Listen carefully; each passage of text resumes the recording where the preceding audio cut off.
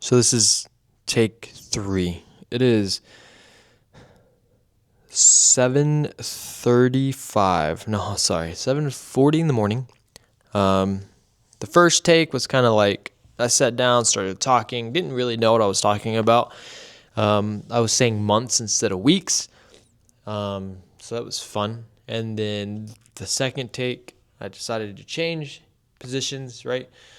Get a better angle of my face. No, I'm just kidding. But I didn't know that if you click this little chain icon, it stops the recording, right? You would think that me staring at the camera and seeing this little red box with the numbers ticking down would have been an indication that it's not working. But I figured it out because 8 minutes into the video, it said shutting down in 5, 4, and then it shut down. And I was like, well, that's weird. Maybe the battery's dead. Then I turned the camera on. It's 100%. So, rule of thumb, always look at the camera and make sure the blinking light is blinking red. And there's a countdown in the corner of your screen if you can see it. Anyways, I digress. Today's video is going to be more about setting goals, but most importantly, a routine. A lot of people, myself, when I set a routine and I set goals, to me that's easy, right? I can set goals, get into a routine, but my problem is once I achieve those goals and I hit that roadblock, my routine gets harder, right?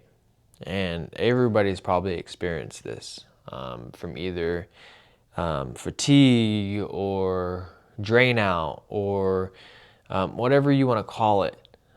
But you hit that roadblock, you're 4 months into your routine, you're looking great, and you decide, you know what, I'm going to take a day off. Rest, figure out what's going on, and then day 2 comes around and that rest turns into an excuse of, oh, well, this was my actual rest day, so I'll go ahead and continue my rest day. Third day comes around and you have to help your imaginary friend move. The fourth day, now you started a new routine, which takes so much less time. Yeah, that's the word I was looking for. So much less time to create because you find solace in it, right? You find happiness in the thought that you don't have to go to the gym and put yourself through pain just to hit a roadblock in your both goals and your body, right? Your health and fitness goals. So I guess what I'm trying to say is, for me working as a personal trainer for 10 years, man, I'm old. 12, 10, 11, 12, 13 years. Whew. Anyways, but for me working as a personal trainer and working with so many clients, and as myself working out, what I've seen is it takes a month to start a habit, right? Or a routine. To me, like it takes 2 months. 2 months to get in that routine and to solidify that habit, right? But it also takes, from a personal trainer's perspective, it also takes 2 months for your client to actually start seeing results.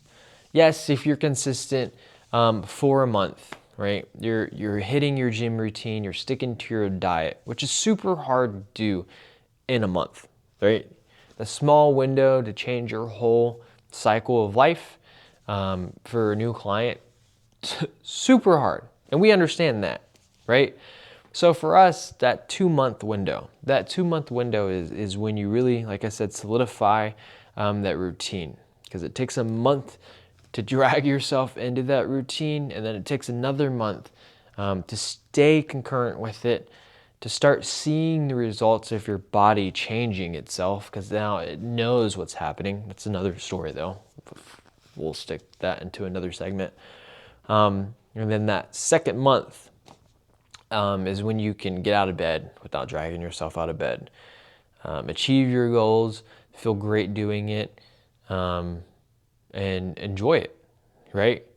But now what we're talking about is getting to that a point where there is no enjoyment in it. And now it's just this plain routine that you get up and do because one, you have to set goals, right? And two, when you achieve those goals, you have to set new goals. And then third one, and to me the most important, is you have to find enjoyment in it, right? You have to make it fun. Get that dopamine release, or find something that caters to the reason why you're doing this.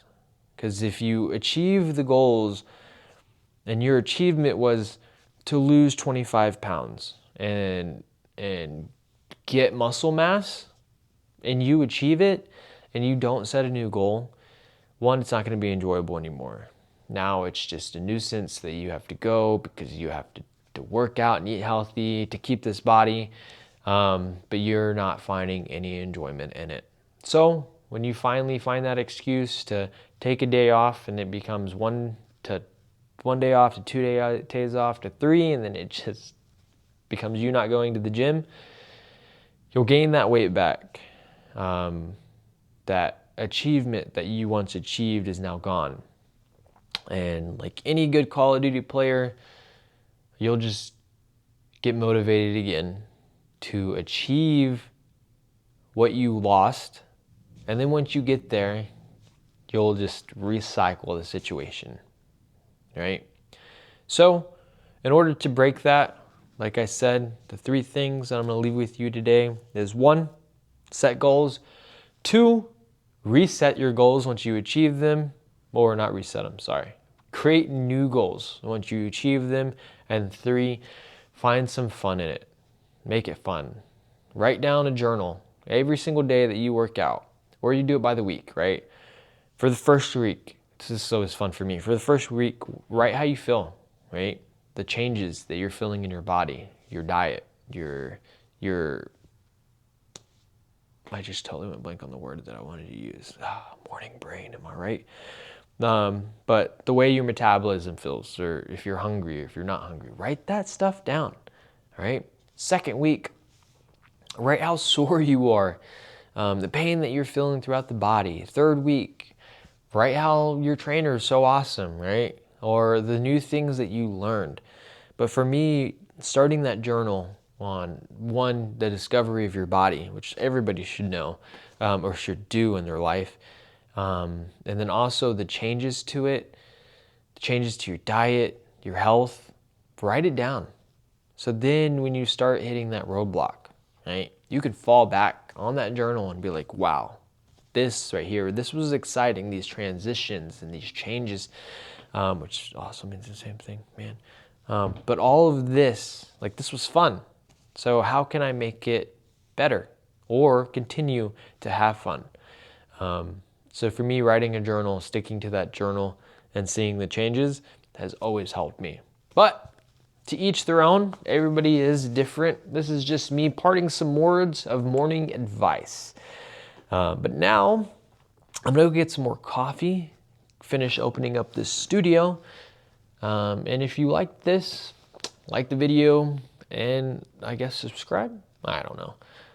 But we're going to start bringing more content to you. It's been a crazy couple of days, but I didn't want to break routine of posting a video once a week. So this is what you get. Hopefully it's to your liking, and I will see you next week. I'm going to see if I push the right button.